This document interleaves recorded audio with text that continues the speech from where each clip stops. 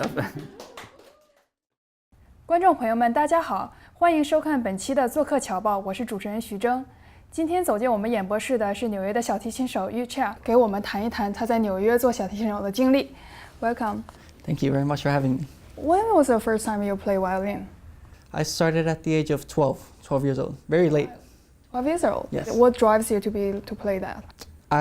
Ever since I was a little boy, I've always wanted to play it. Something inside of me, I can't explain, but every time I would listen to classical music, Mozart, I felt something, passion in my heart, and I finally picked it up and I liked it. Tell me a little bit about your family. My mom's Colombian, my dad's Chinese, so I'm half Asian, half Hispanic. Are they musicians, or your family has any related? None of my family's musician. I'm the first and only musician. Do they support you, or? Now they do. At first they didn't, because they said it doesn't make money. It's something as a hobby. You can't do it professionally. So how you struggle? Was there a hard time? It was at first, but I just ignored and I kept pushing through. Have you entered any contests to enhance your musical career? I did CUNY's Got Talent, which is all the CUNY Center representative, and I won first place this year, $2,000 and a big trophy, and all the CUNYs love me. And I'm also doing collaboration. It's Asian America's Got Talent. I'm in the final round right now, so I'm going to Los Angeles in 2 weeks. Oh, good luck. Thank you. And I'm representing Dallas and New York. So when was the first time you stepped on the stage? First time probably had to be my church. Church? My church, yeah. That's how I opened up, yeah. And you played at Carnegie Hall when you were 16, right? Yes, I played Carnegie Hall. Younger, I was in middle school. So I joined this program called Borough-wide. It's a Queens program where all middle schools go, and they play music every Saturday. So I would go for a whole year, and then the end of the year concert was Carnegie Hall. Did you nervous or No? Was it excited? I was really excited. It was one of the best experiences in my life. So how was the experience you played at the Lincoln Center last year? Oh, I've been there twice, and it's amazing. I've always wanted to play there, and just a lot of people dream about going there, and they never achieve it. But I got the chance to do it twice already. And the first time it was classical music, so we just played Mozart, Bach, Beethoven, and then the second time it was more rock stuff, hip hop, more modern stuff, more things that a wider audience could enjoy. So who is your favorite composer? My favorite classical composer would be Mozart. My favorite modern composer, basically when I do music, I listen to top 40 radio, and I make my own arrangements. So I basically love every single artist there is. Is there a specific person that inspire you or the most or something? I had a couple. There's these two violinists. One's called Andre Rieu. He travels all over the world, and I really love him. And the other one is Nothing But Strings, Damien Escobar, because he inspired me to do hip-hop music and dance and play and do the DJ sets.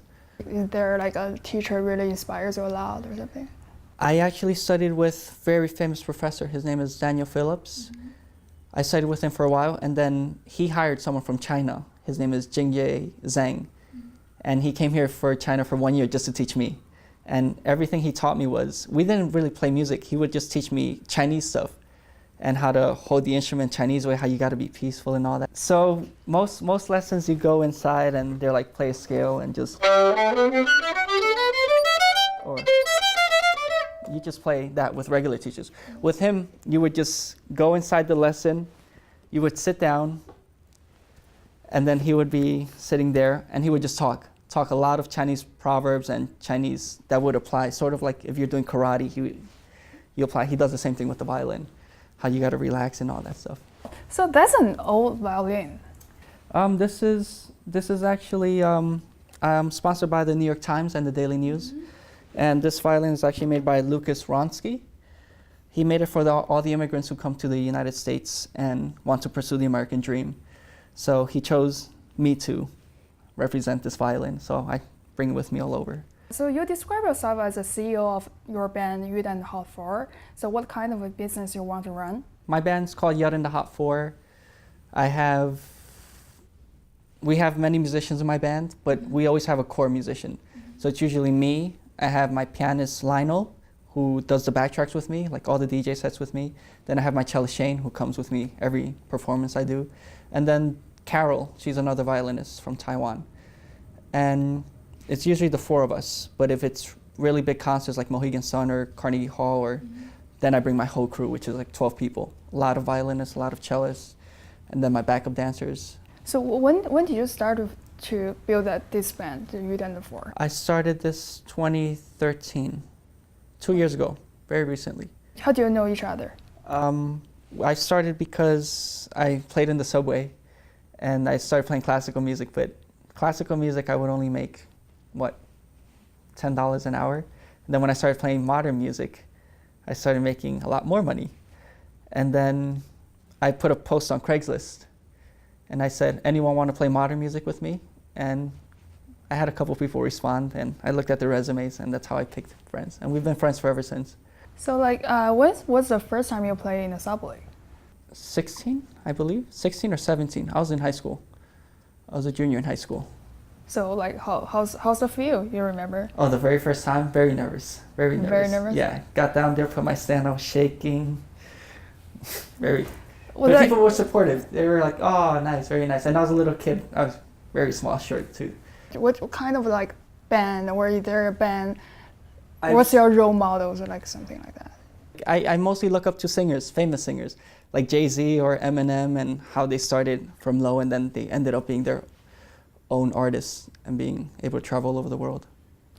Why do you choose to build up a band instead of to teach violin or to join the part of big orchestra or something? You prefer to be independent or join the group? I prefer to be independent and have my own group because I want to be able to do my own music. I want to express my feelings. Mm-hmm. Teaching is fun. I do it once in a while, and I like inspiring kids and helping them, but my main thing is performing. I like to share my passion and my music and my talent with the audience. You said you want to make real music and to make real musicians. So can you tell us a little bit about that? What is your definition about real music and real musicians? Yeah, so by real music, I mean it's not all just electronic and not all beats and everything. I'm actually making the beats. I'm actually playing the violin, and I actually know what I'm doing with the beats and everything. And I want to have real musicians who actually went to college and they studied and they know what they're doing. Do you compose? Yes. So I don't compose, but if you hear a famous song on the radio, I don't know what's something really famous, I make it myself. I make it into my own little violin set and my own choreography with my dancers. Have you ever teamed up with any Chinese composer or musicians? Do you know any of them? When I was there was this orchestra called All City High School Orchestra. We teamed up with Tandun. Oh, yeah. So we you like one his of work? his pieces. Yeah, I love his work. So you haven't met him in person? No, I haven't met him in person. So what's your next plan? Basically, I just want to tour all over the world, spread my music. I want to make sure I get to travel with a really big group. I have Shane over there, one of my main cellists, and I just want to make sure we all have fun and spread our music.